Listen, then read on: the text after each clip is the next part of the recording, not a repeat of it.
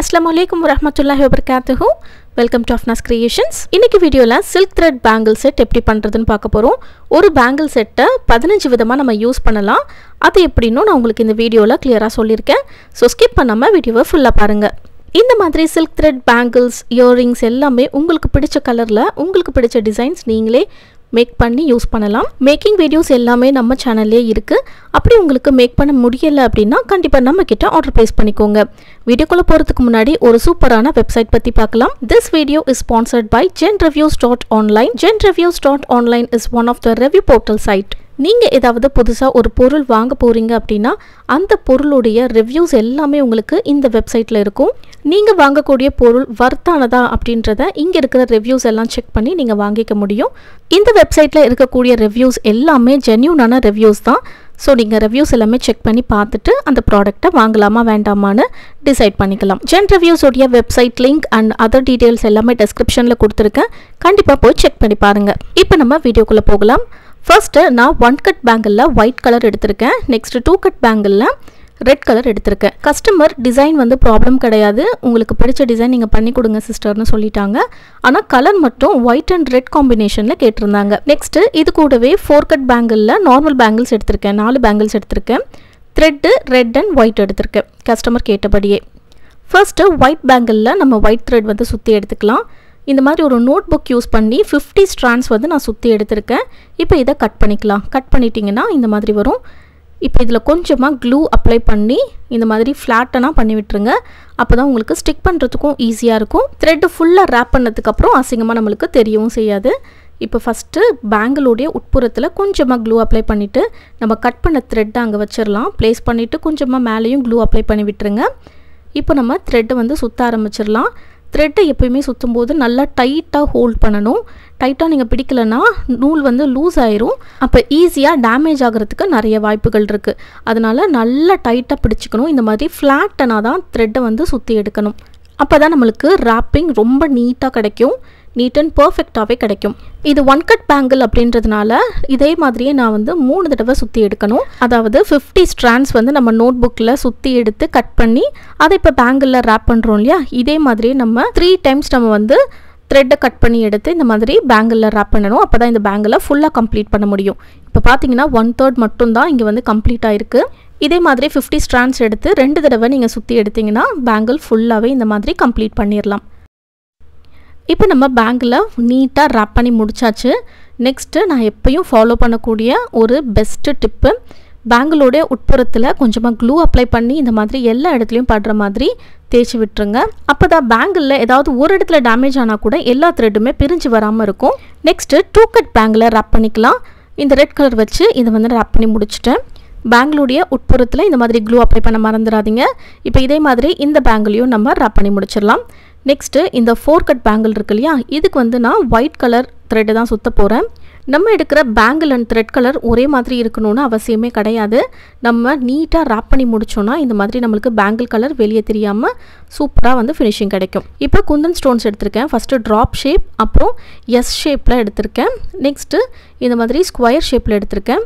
First 2 cut பேங்கில் design பண்ணிடலாம். 2 cut பேங்கில் கொஞ்சமாக ஃபேப்ரிக் க்ளூ அப்ளை பண்ணிவிட்டு இந்த எஸ் ஷேப்பில் இருக்கு இல்லையா? இந்த ஒயிட் கலர் குந்தன் ஸ்டோன்ஸ் இது ரெண்டத்தையுமே எடுத்து நான் இந்த மாதிரி ப்ளேஸ் பண்ணிக்கிட்டேன்.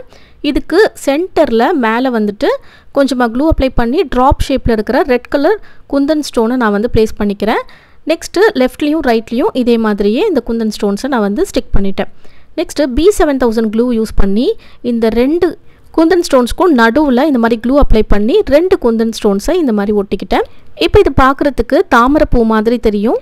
எஸ் ஷேப்பில் இருக்கிற குந்தன் ஸ்டோன்ஸ் நான் ஒயிட்டில் எடுத்திருக்கேன். ஏன்னா இது வந்து ஒயிட் அண்ட் ரெட் காம்பினேஷன் அப்படின்றதுனால நீங்கள் க்ரீன் கலர் வேணும்னாலும் எடுத்துக்கலாம். இப்போ இதே மாதிரியே ஆப்போசிட் சைட்லேயும் ப்ளேஸ் பண்ணிக்கலாம். ஃபர்ஸ்ட்டு ஒயிட் கலர் எஸ் குந்தன் ஸ்டோன்ஸை இந்த மாதிரி ப்ளேஸ் பண்ணிவிட்டு நெக்ஸ்ட்டு நடுவில் கொஞ்சமாக க்ளூ அப்ளை பண்ணிவிட்டு லெஃப்ட் அண்ட் ரைட்லேயும் க்ளூ அப்ளை பண்ணிக்கோங்க. ட்ராப் ஷேப் அதாவது ரெட் கலர் எடுத்துக்கோங்க குந்தன் ஸ்டோன்ஸ், அதையுமே ப்ளேஸ் பண்ணிவிட்டு நெக்ஸ்ட்டு B7000 க்ளூ எடுத்து இந்த மாதிரி 2 குந்தன் ஸ்டோனை அதுக்கு மேலே ஒட்டி விட்டுருங்க. அப்போ பார்க்கும்போது நம்மளுக்கு 3D எஃபெக்டில் இருக்கும்.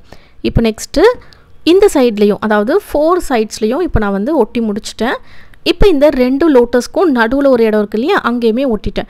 ஸோ இப்போ டோட்டலாக 8 லோட்டஸ் ஃப்ளார்ஸ் வந்து இப்போ நம்ம ஸ்டிக் பண்ணி எடுத்திருக்கோம். இப்போ இந்த ரெண்டு லோட்டஸ்க்கு நடுவில் ஒரு குட்டி இடம் இருக்கு இல்லையா, அந்த இடத்துல இந்த ஸ்கொயர் ஷேப் குந்தன் ஸ்டோனை நான் ஒட்டுறேன். இதுவுமே வந்து ஒயிட் கலர் தான். நான் ஃபஸ்ட்டே சொன்ன மாதிரி இது வந்து ஒயிட் அண்ட் ரெட் காம்பினேஷன்றதுனால நான் குந்தன் ஸ்டோன்ஸும் ஒயிட் அண்ட் ரெட்டில் தான் எடுத்திருக்கேன். நெக்ஸ்ட்டு 1 கட் பேங்கிள் டிசைன் பண்ணிக்கலாம். ஃபர்ஸ்ட்டு ஃபேப்ரிக் க்ளூவை இந்த மாதிரி ரவுண்ட் ஷேப்புக்கு அப்ளை பண்ணிவிட்டு இப்போ red colour drop shape Kundan இருக்கு இல்லையா, அதை வந்து இதை ஃபுல்லாக நான் அந்த சர்க்கிள் சுற்றி அப்படியே ஒட்டிக்கிறேன். எப்போவுமே ஸ்டோன் ஸ்டிக் பண்ணும்போது ஆப்போசிட் டைரெக்ஷனில் 2 ஸ்டோன்ஸை வந்து ஸ்டிக் பண்ணிவிட்டு அதுக்கப்புறமா கேப்பை வந்து ஃபில் பண்ணிங்கன்னா உங்களுக்கு நீட்டான டிசைன் வந்து நீங்கள் மேக் பண்ண முடியும். இந்த ரவுண்ட் ஷேப்புக்கு நான் டோட்டலாக 10 குந்தன் ஸ்டோன்ஸ் வந்து ஸ்டிக் பண்ணியிருக்கேன்.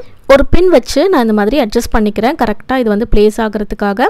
நெக்ஸ்ட்டு B7000 க்ளூ எடுத்து குந்தன் ஸ்டோனுடைய டிப்பில், அதாவது இன்னர் சைடில் டிப்லையும் கொஞ்சமாக பேங்கிள்லையும், அதாவது அந்த ஒயிட் கலரில் இருக்கு இல்லையா த்ரெட்டு, அந்த இடத்துலையும் கொஞ்சமாக க்ளூ அப்ளை பண்ணிவிட்டு ஸ்டோன்ஸ் எடுத்து இதே மாதிரியே ஸ்டிக் பண்ணிக்கோங்க.